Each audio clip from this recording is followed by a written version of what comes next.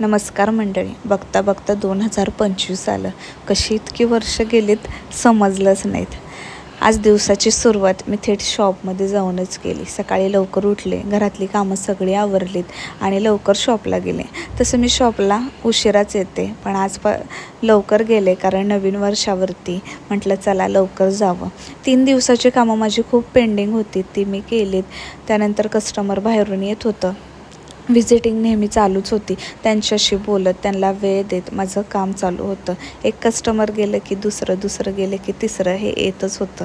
कस्टमरला वेळ देत माझं काम करत मी शूटसुद्धा केलं नवीन स्टॉकचा आणि त्यानंतर घरी आले, जेवले, बाबूलाही खाऊ घातलं.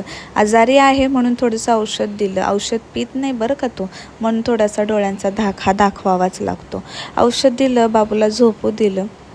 नंतर राम पुन्हा आम्हाला सोडून दुकानामध्ये गेला, कारण दुकानातली कामं बरीचशी पेंडिंग आहेत. त्यामुळे बाबूला झोपून दिल्यानंतर मीही माझी घरातली कामं आवरायला लागले. दुकानातनं ह्या 4 साड्या मी माझ्यासाठी आणल्या. त्यातली एक साडी कस्टमरची आहे, ती बाजूला केली आणि माझ्या साड्या ब्लाऊज शिवायला ठेवून दिल्या. त्यानंतर संध्याकाळी ह्या कॅफेत गेलो. हे कॅफे बाबूला खूप आवडतं, निव्वळ या चित्रासाठी. ह्या चित्रासाठी बाबू हा कॅफेत जायचं सारखं म्हणत असतो. त्या चित्रासोबत खेळतो, बसतो, मजा करतो, मस्ती करतो. नुसतं मस्ती करून चालणार नाही, म्हणून तिथे कॉफीसुद्धा ऑर्डर केली. त्यासोबत पिझ्झाही ऑर्डर केला. नेहमी पिझ्झा ऑर्डर करत नाही, नेहमी आम्ही कॉफीच पितो. पण म्हटलं आज चला, आज पिझ्झाही खाऊया, कारण काल 31st होतं आणि आम्हाला पिझ्झाच भेटला नाही. म्हणून आम्ही म्हटलं चला कालची पार्टी आपण आज करूयात. आम्ही सगळी माळकरी असल्यामुळे आमच्याकडे काही चिकन वगैरे असला बेत नसतो आहे.